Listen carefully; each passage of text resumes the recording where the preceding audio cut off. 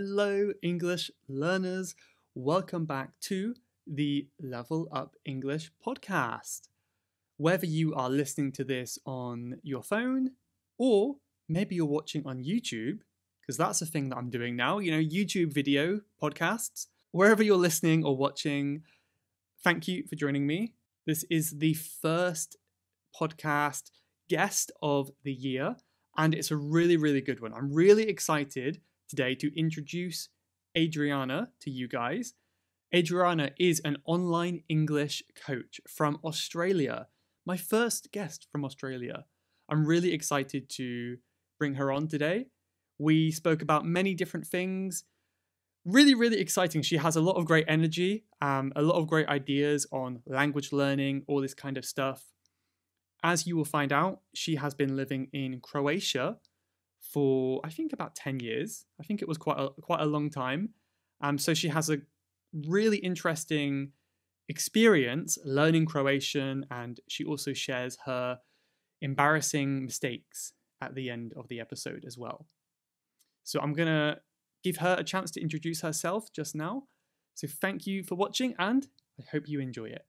So hello, everyone. I am very happy to bring you Adriana today. So thank you very much for joining me. Thank you very much for having me. It's a pleasure. Yes, I'm very glad you could be here. So would you mind giving us a quick introduction, however you like, about who you are, what you're doing? So my name's Adriana from EnglishTeacherAdriana.com. I have this standard introduction. It's so cliche. Oh, would you? So I teach English online. I create content on social media, so YouTube, Instagram, Facebook. What else would you like to know? It's so hard introducing myself. Do you want me to introduce myself in English? It's very difficult. Yeah, and I'm sure you've given it a million times as well. How about where did you say where you're from? Yeah, no, I didn't. I think I'm just so confused by who's listening. And when I meet somebody, depending on the situation, I'm always confused. Okay, do I introduce myself as Adriana or as English with Adriana? And then, anyway, I've just gone off a different tangent. Basically, I'm from Australia, born and raised. I moved to Croatia about 10 years ago. So I grew up in Australia, in Melbourne. Melbourne is one of the biggest. Sydney is the biggest city, and then you got Melbourne after Sydney. Love Melbourne. It's a lot better than Sydney. Sorry to anybody from Sydney listening, but coffee in Melbourne is amazing. If you have the chance, go there. Very multicultural. I moved to Croatia at about 2021 because I was young, dumb, and why not? I wanted to take a risk in life a little bit. Came here, and over the last about 10 years, I've been teaching English. For the last 7-8 years, teaching English online. I speak Croatian fluently.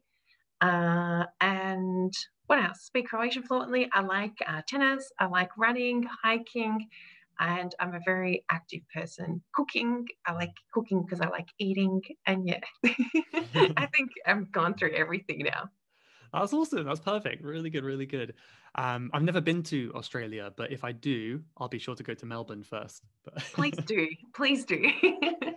Wow, that's really cool. And yeah, I think it's really exciting that you've had this experience living in a foreign country for so long with a new language, because that's pretty much my dream at some point in the near future, is to live in another country for a few years. So it's really exciting for me. And it's also probably good for the listeners to see or to hear or see, if it's on YouTube, how you went about learning Croatian. That might be interesting. So it's a very big topic, but do you have any, maybe you could tell us about, do you have a study routine, or did you have one? Or was it just more random learning, if that makes sense? I wouldn't call it my learning. I wouldn't say it was learning as such. So I do come from a Croatian background. So when I did move here at 21 years old, but I knew some Croatian. So anybody listening to this podcast, if you can understand 70 to 90% of what we're saying, you can understand a lot more than what I could at that time. Even though I grew up in Australia, my parents did speak a little bit of Croatian, this, that, and we did go to Croatian language school, Saturday morning school. Yeah, but no one learned anything. That was just like a social gathering sort of thing. Like, and by no chance did we learn. Like, we could understand. And then when I moved here, I could get by. So technically, what I mean by get by was I could have a conversation. I could ask for directions because I traveled for holidays before. I did know the area and that. But watching TV, I was just like, yeah, nah, this isn't happening. I can't understand anything. Reading the newspaper, same thing. So basically, I moved here, and then about 2 weeks later, I was doing my master's thesis. I enrolled in a language school here, but then I also had the same problem. Like, this was effective, but I was input in such a high level because I could speak and I could understand, not like a native, not like anything that I can today in Croatian, but my grammar was just shocking. So then it was really strange. The teacher's like, how can you speak? You can understand, but your grammar, like, I'd be making grammar mistakes. Uh, if you're an English learner at the moment and you're making grammar mistakes like prepositions, articles, like every second one was just atrocious. It was really bad. But then I did that, and then I found the problem that I was speaking a lot of English to people, and then it was just pretty much the same thing that I'd gone through back in Australia. Like, in Australia, I didn't care. We pretty much rejected the language, and I always did because I just saw no use for it. But then here, I saw a need for it because I needed to get a job, and I didn't think it was useful for me to be meeting friends like from Germany, America, from the UK, and they're like, "Oh, you speak English? Oh, my English is perfect level. Let's just speak in English." And then this wasn't beneficial for me. And I also felt that the resources we were learning in the classroom was very directed to general Croatian and not specialized like business, work, everyday settings. So I started to independently learn. Some things that I did was just listen to a lot of TV shows, watch a lot of TV shows, sorry. But I actually watched Turkish TV shows with Croatian subtitles. So there's a lot of Ooh. like Spanish, Turkish, and then I had back when I moved here, Scheherazade, 1001 Nights. I think it's a really popular soap opera, Turkish soap opera. I watched that with Croatian subtitles, and I can I think it was in Turkish, so I improved my listening skills in Turkish. But this really improved my reading skills in Croatian. And everyone was talking about this TV show, so I had to watch it, and I started learning like that. So people were watching TV shows, I started watching them, and then I just started challenging myself, being curious. Okay, what are they talking about? What are they doing? Started buying the daily newspaper. When I moved here, the newspaper was a thing to read the paper still. Like, so I'd buy the paper, I'd come home, have my coffee, I'd read the paper, I'd do some writing, and every day I'd be speaking because I was living here. My family was back in Australia. So whenever I did speak to people, it was always in Croatian. And I created that environment. So, of course, I did have my friends still from the language course and English speaking friends. But I also tried to, for example, I joined some sports clubs to just meet Croatian speakers. I joined communities to meet Croatian speakers. I tried to divide like English speaking friends and Croatian friends so that I could get more Croatian friends and improve my Croatian fluency. Like, my learning was more based out of interests and needs, and then filling in the blanks with grammar, listening. And I found that to be really effective for me, like really, really effective even to this day. That's really interesting. I mean, what I picked out from that is that you focused on something maybe you love to do or that you would be Yeah. doing anyway. So like probably watching like a Turkish soap opera is not the best way to learn Croatian, but you made it work for you, right? You found a way to make it work and you did what you loved with, try to put Croatian in there somehow, right? Because so they speak in Turkish, but they have the subtitles. They don't dub the TV shows to Croatian, they put the Hmm. subtitles. And this really helped me with my reading skills, like a lot, a lot. And especially to read really fast because they say something and it appears and then it disappears. I remember the beginning, I'm like, what You are got you like one doing? letter in. Have you ever watched a TV show like that? Just even when you go like these short films, documentary, like French documentary films or German, and they have them in English. I'm not used. Are you used to watching TV shows and movies with subtitles in the UK? I don't do too many, but I mean, for my language learning, I do occasionally. And my languages are all like Asian, so like there'll be like Chinese, and I think that's even harder because like Yeah. it's so hard because it's not in your natural like the alphabet you recognize. So it's like you're trying to like keep up with the characters, and as you said, I just get to one word in, and it next sentence already. So it's a challenge. For me, I actually tried in one of my pursuits of finding my interests. I took up a Chinese course, so beginner Chinese course here at the institute, like part of the embassy or something, Confucius Institute. Oh yeah. And for me, like I really need to have like an interest in the language. Like I've been to China, but that wasn't a strong enough interest. I'm just like, Chinese is going to be the next big language. Let's try it. But that wasn't really like a good enough motivation. And then that's why I clearly didn't continue with it. But I just remember the tones, and like we spent like 3 weeks of like doing nothing. But in my opinion, it was nothing and just tones. How did you start learning it? Like it's completely different to anything. Yeah, like that's really good point. So yeah, for those who don't know, Chinese has 4 tones. So like, depending on the tone, how high or low Yeah. the pitch is, I guess, then the word will have a different meaning, right? Or it can have a different meaning.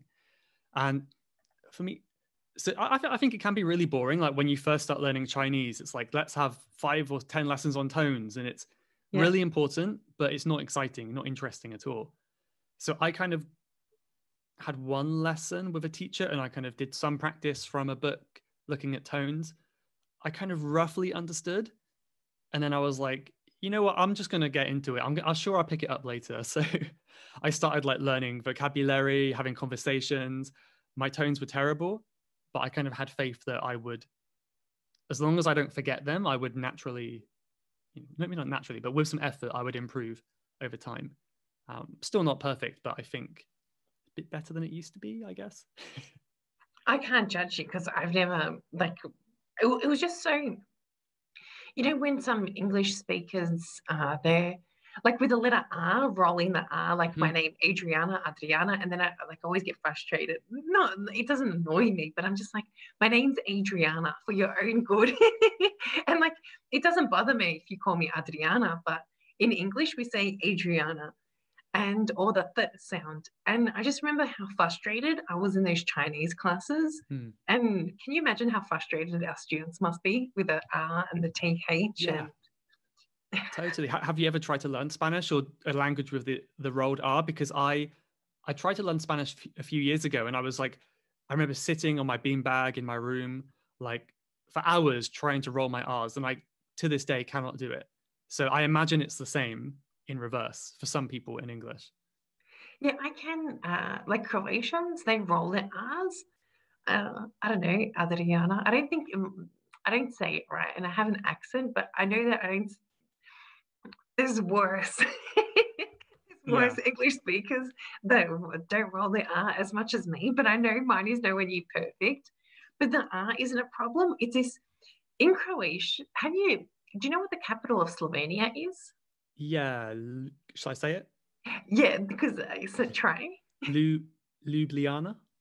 So this L, this LJ is one letter, and in Slovenian and Croatian, and this is really hard. And this is like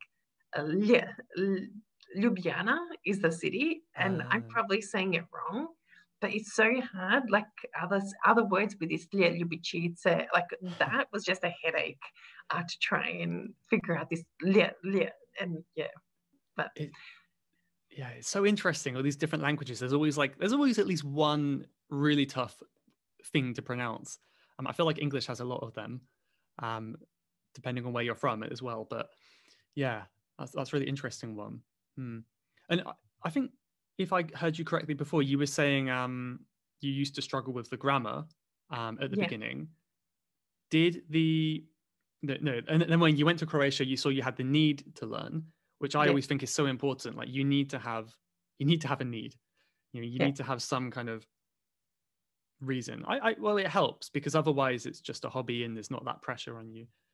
But Yeah, just so yeah. like back in Australia, but I wouldn't consider that learning at all. So just forget it. Okay. There was no need, no interest. It was just like a social gathering. Yeah. Literally, that was not learning. But I just say like, just say that it's out there. Yeah. Yeah. Okay. Fair enough. I mean, I love to think that way though. Like, even if you don't have a need to learn English or whatever language, I like to try and find out how you can make it a need. So you could like Mhm. go to like a, go to a yoga class Yeah. that's in the language you're learning, and you have that need in that time to understand. Otherwise, you can't participate. I think that's helpful. But anyway, my question was, did the talking and the more conversation, did that fix your grammar problem?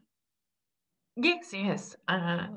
So for me, I always tell my students just go out there, start writing, start speaking, especially somebody that's able to understand this podcast.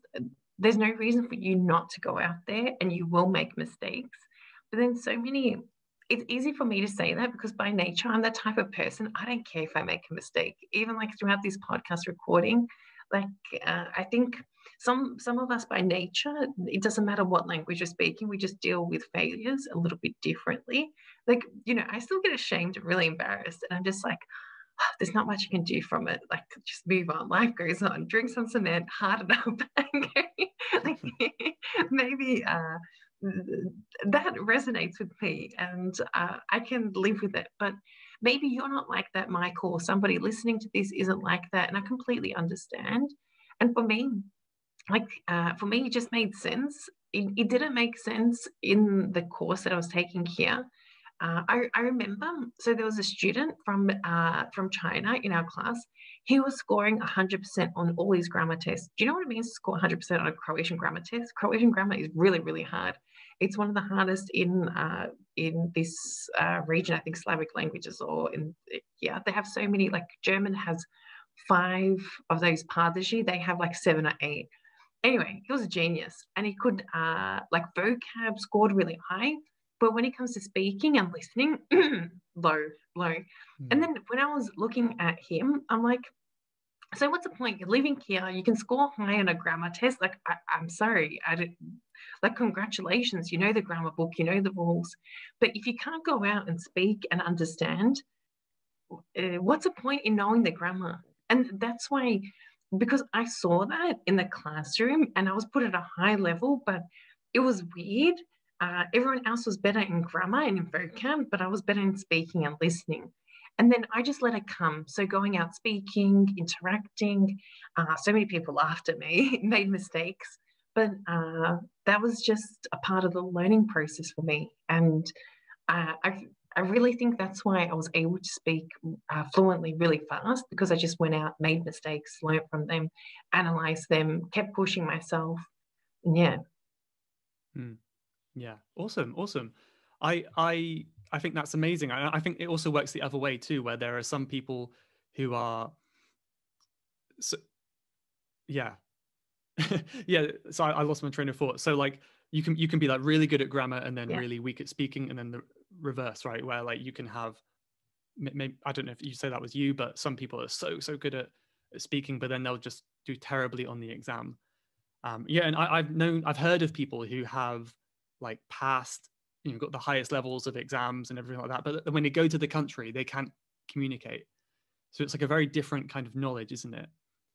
I don't know, I maybe think it's both would be important to good ideally, find but that balance, yeah. like somehow to find that balance. And it just depends, that guy in the class, I'm not, because he was studying as part of like Croatian as part of his university, and that's what he needed, and he needed to score high. And I understand that. And then I think he was going into a diplomatic role, and they required perfect grammar. And I'm sure that later on in time, it would all mold together. But even at intermediate level, I just felt frustrated. I don't need perfect grammar. Like, yeah, okay. So at back then, I wasn't teaching English. I was looking. I have a master's in international business, and I was looking for work in my field. And I just wanted to get my email correspondence up to scratch, negotiation strategies, interview skills, etc. And that's why I didn't find this. And I know that And you can get away with this in a business field, depending who you work with. Like, you need to have good, but if you're a people's person, you can get by, sort of. So, like, that was my logic, but that's also my character, sort of thing. Yeah, and I think it really depends on the person, how they learn, what they need. Uh, it's not that black and white, like how I learn or how that person learns or how you learn. Yeah, totally, totally. I do kind of envy you in a way because I'm not quite the same. I try my best to be, outgoing and, practice and not worry about my mistakes. But I think naturally I really feel bad when I make mistakes.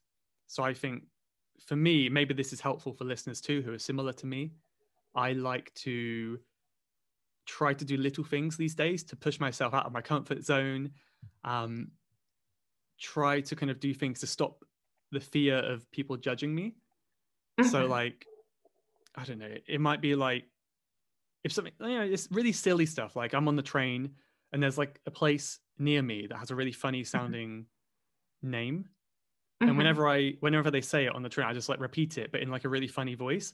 And sometimes people look at me like, what is he doing? I'm just like doing like this baby voice, I guess. And it's not related to language learning, but doing that kind of makes me feel like less worried about what people think of me. And I think that can relate to language learning too, because if I make a mistake, it doesn't really matter. No one cares. But you just have this idea that everyone does, don't you? Well, it really, like, going back, I moved here because I wanted to live here. And then I sort of, it's no one's fault but my fault that I wanted to move here, right? So this is my logic. I sort of like put in my head, like, to live here, I need to speak the language. And I'm going to make mistakes and I'm going to look silly. I'm going to look dumb in a lot of situations. Whose fault is that? It's my fault because I wanted to live here. Could have stayed in Australia, right? And then there was no point, like, I never saw those mistakes as just, I needed to get food. I needed to get a job. I needed to pay the bills.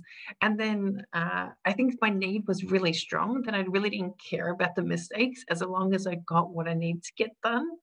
So, maybe if I wanted to learn Croatian back in Australia, like, so pretty much that was like a Saturday morning sport. And our parents like, you got to go with it. And we're like, we don't want to go. You got to go. So we went. Like, that's that's the extent of our motivation.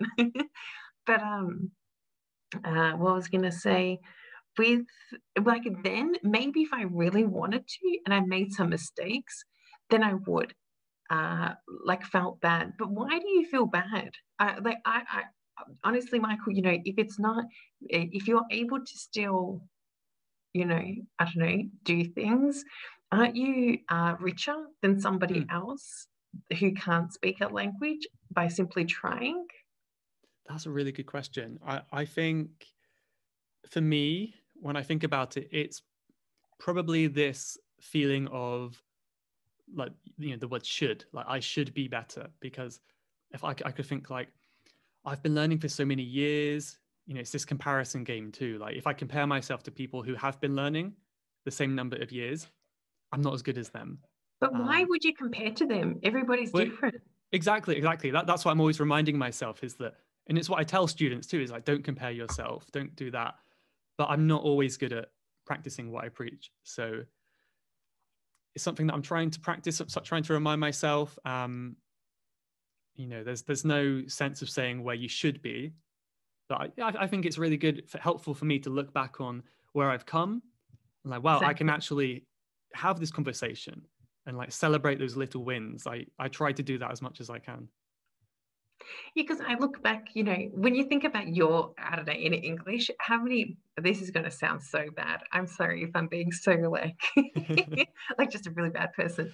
But how many people do you have in the world that speak in English, but they speak really bad English, like native English speakers that use shocking words, aren't able to articulate themselves? Like, I'm not going to go into labels and everything, but I'm sure you get what I'm trying to say. Yeah. Definitely. And then, when you think of that, and if somebody's trying, like, aiming to speak English, there's some native English speakers that aren't able to articulate themselves correctly. and with the words, and they've gone through kindergarten, primary, high school, uni, everything, even have high educations. Who knows? Let's see, maybe not. But if you're learning a second language, if you are able to communicate, get what you want done, and sound a little bit, half decent, what's wrong? Sometimes you make a mistake. I don't really see a problem in it. I think there's no reason to judge. Like, everyone's different. When it comes to accent, for example, I know a lot of people get really insecure about their accents. And when I speak in Croatian, I have an accent, right? And then I just joke now, I'm like, yeah, I have an accent from diaspora. Because when someone meets me, first of all, like, so Croatians abroad who live abroad, they usually sound like me, right? And when someone meets me, like, hey, and then I start talking, they're like, where are you from? And I'm like, oh, I'm from Australia. Like, you can hear it.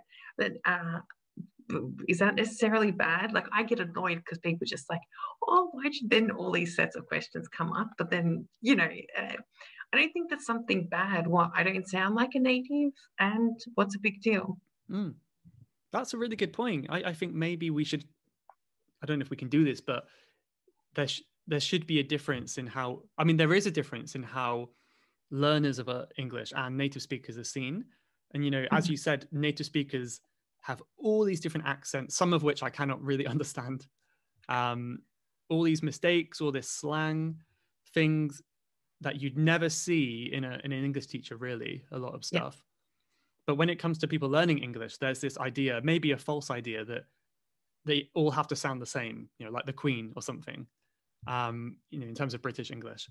And it's really strange, isn't it? Because there isn't just one English. It's, if you can communicate, if you can get your point across and sound kind of decent, then that should be the goal, I think, right? That is my goal. But I think because I grew up in Melbourne, and just it was really multicultural.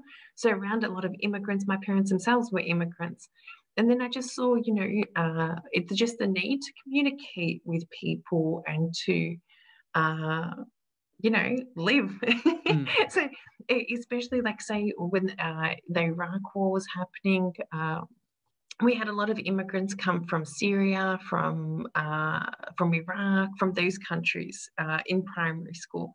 And I just remember, we grew up together. So some of us primary school and then high school, and then we stayed in contact later on.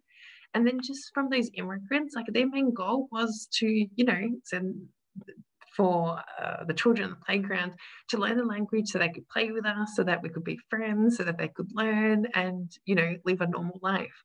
Then, sure, they have accents to this day. They have accents. Maybe they mispronounce words, but we still consider them to be, okay, maybe background, but Aussies, it's a little bit different. And I think that my perception of that maybe is a little bit different. Somebody, for example, in Zagreb, when I first came here, you didn't have a lot of immigrants. But in Australia, there's so many immigrants. Even the Australians, like, let's say, 100 years ago, they came from the UK. Yeah. Everyone's an immigrant in some way. Yeah. And then I think there's a lot more tolerance there, and just so used to and exposed to different accents. In Zagreb, for example, you have one sort of accent, and then you have different regions that come together, and it's a shock because people here aren't so used to that. But maybe I'm just more used to it, so I'm not so critical of that, and I just understand that there are places where people live like that, they get by, and it's nice, and yeah. Yeah, that's really cool. I mean, I don't really have anything to follow up on that. I think Sorry, I just ranted on. No, that's perfect. It's perfect. I think there's a lot of value in what you're saying. I would say maybe I've learned a bit from you today. I feel like you give me like a kick up the bum, like a strong reminder that it doesn't matter if you make mistakes, and I think that's a nice thing to remember. So speaking of, sorry, go ahead. Sorry, I'm just going to add it in. For example, when I do make a mistake, sometimes my husband or like even my parents will correct me. I'm like, dude, you try living here and getting by every single day. Like, if I make one mistake, I don't need a reminder. I really think it's about how your character. Everybody's different, but yeah. Sorry. Yeah, don't try to be someone you're not, I guess, is always good advice in life. Yeah. Yeah, definitely. It's like, speaking of mistakes, like I wanted to ask you, this is a recurring question on the podcast. Have you made any kind of embarrassing or funny or bad mistakes in learning Croatian, that you could share? And maybe, I think the purpose of this is to, as we've been doing, to kind of let people know that it's not a big deal. You can laugh at yourself, and it might be a funny story as well. So maybe like language mistake, actually learning, or maybe when speaking, if I said a mistake. What I had in mind was like speaking. So Okay, yeah, I've got there, one. okay, yeah. So my sister-in-law and brother-in-law, they were over here. So me and my husband, we speak in Croatian. They came over, I don't know, we were having coffee or something, sitting around, and we were talking about something. I can't remember the word that I said or the sentence, something like that. But I was asking something about my brother-in-law's parents. But then I think I mispronounced the word, or I used the wrong word in the wrong situation. And I asked if his parents were like sleeping together. Or something.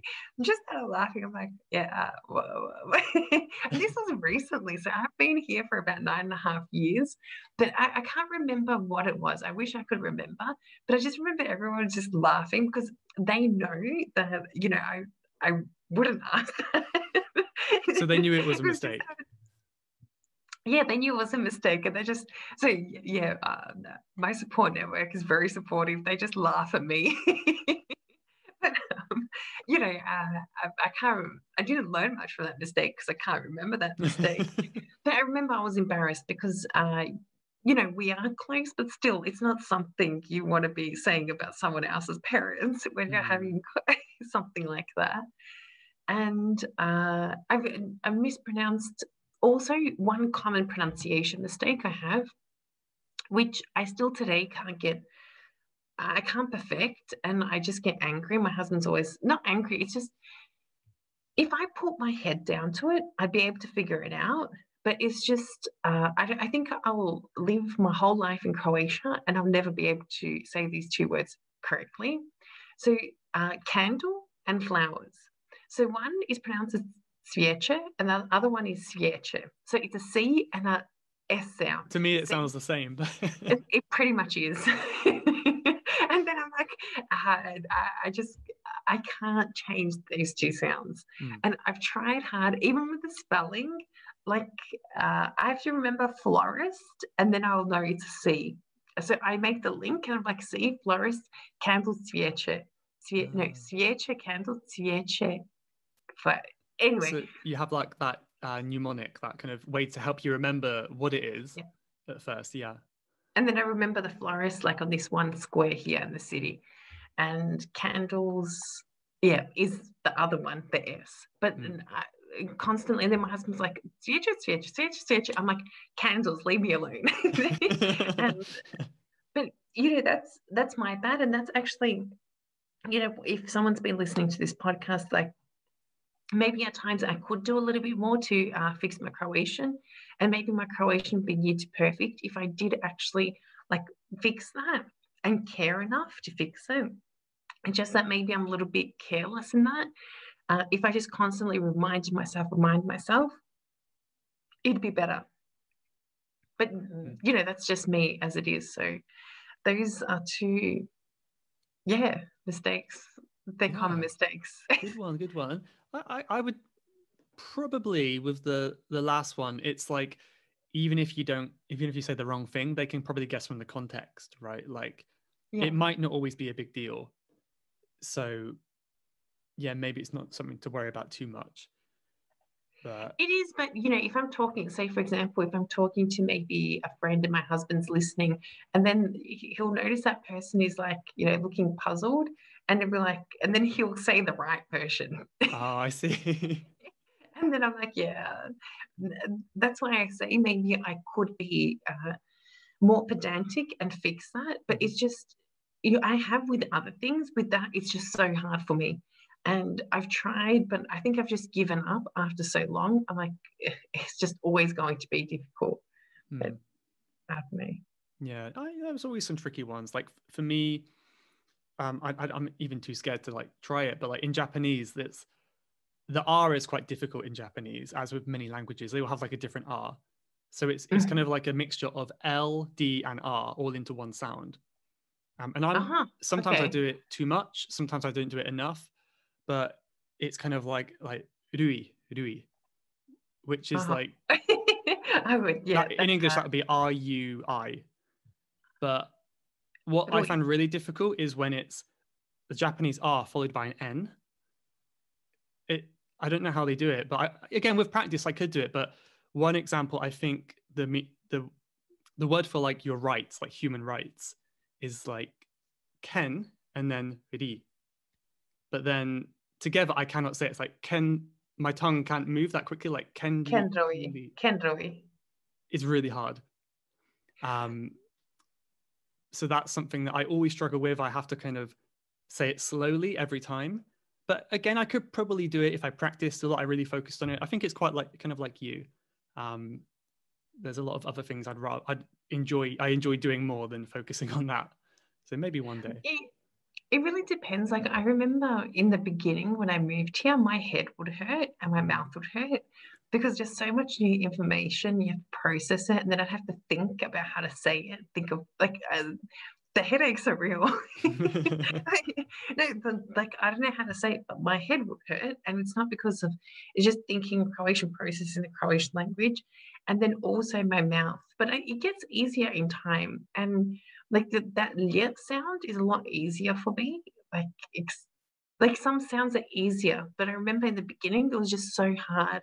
Uh, Doing this mouth work, like you're saying, you can't pronounce it. You can. It just takes time. It's hard. It's like working out because you are technically exercising a new muscle. Yeah.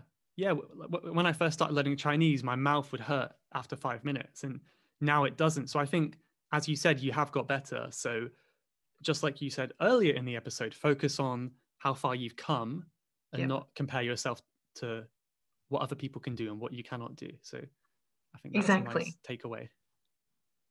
Yeah. Okay.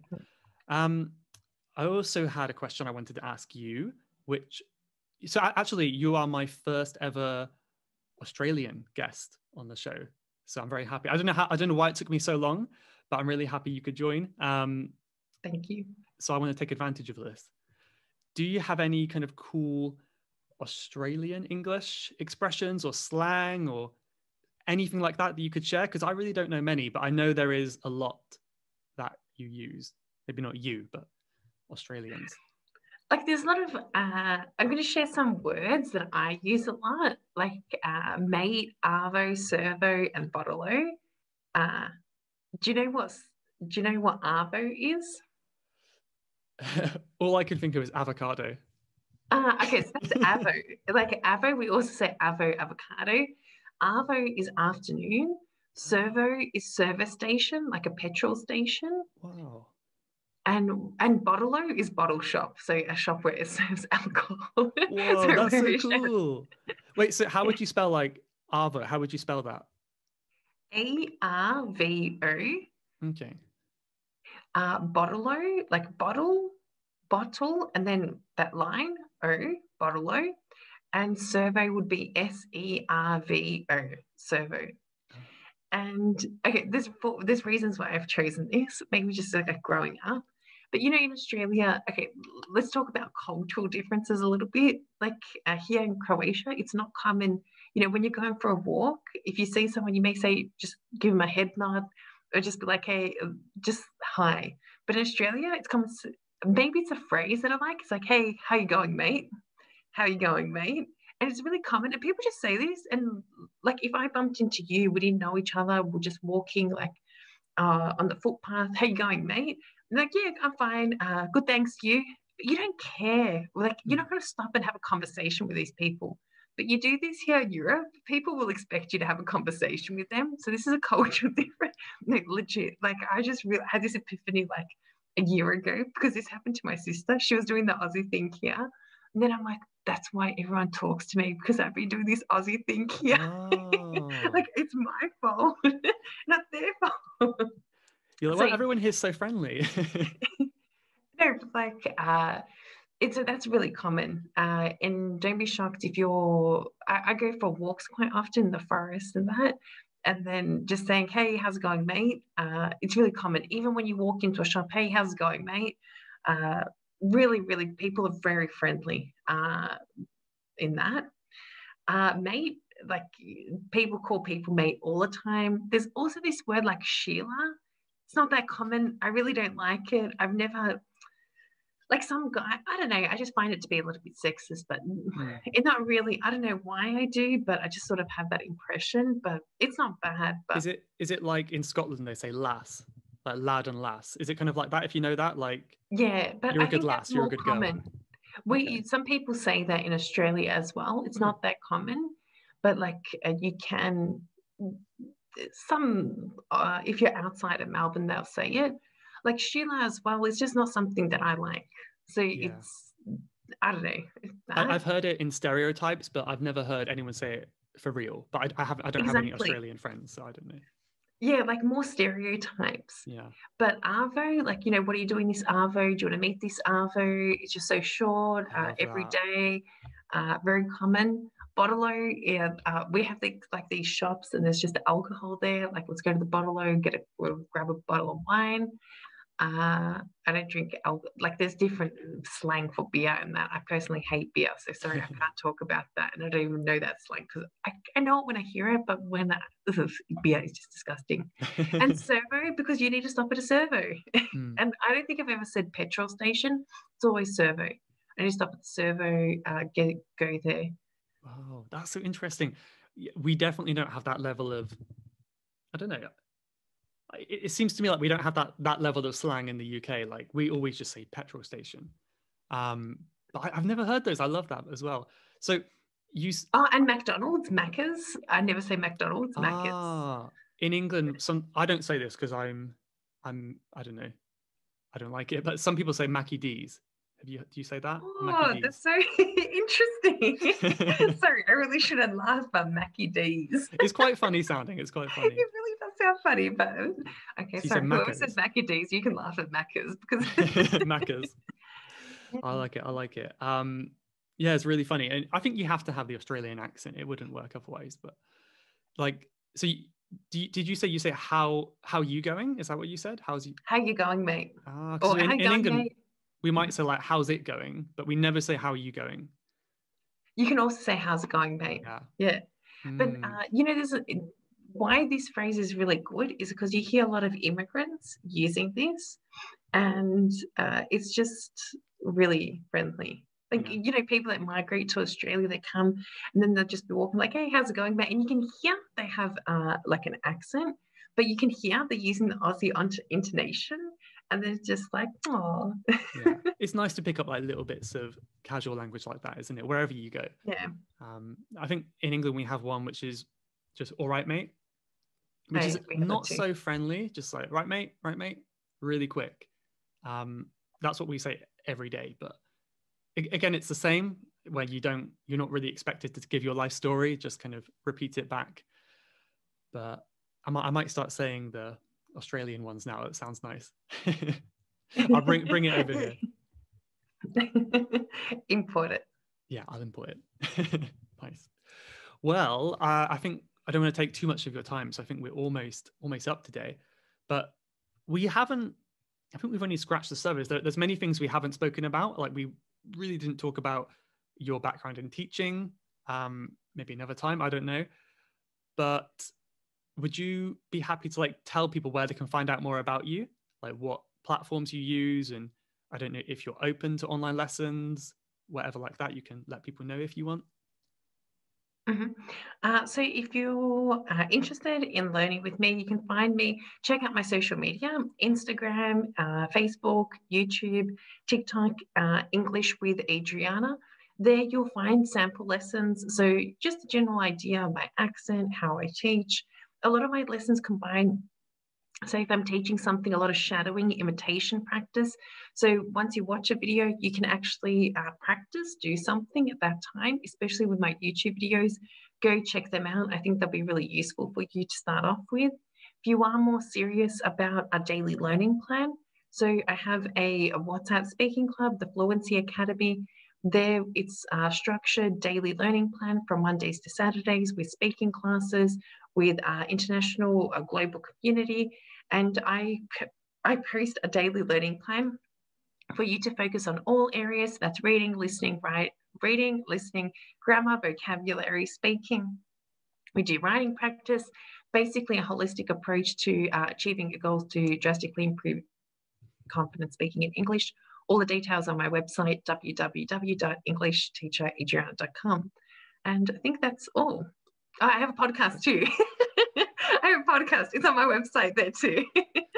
Perfect. So there's a lot there, but I will link everything in the show notes in case people want to see it all in one place. And listeners, if anything that Adriana said resonated with you, if it was interesting, definitely check her out online. So yeah, thank you very much. It's so great to meet you, get to know you a bit, and I really appreciate your time. Thank you so much for having me, and it's been a pleasure.